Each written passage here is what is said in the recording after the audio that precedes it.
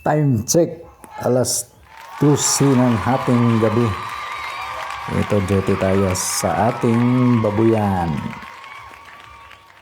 Ganito talaga ang buhay, magbababoy. Kailangang bantayan ang bagong panganak na inahin.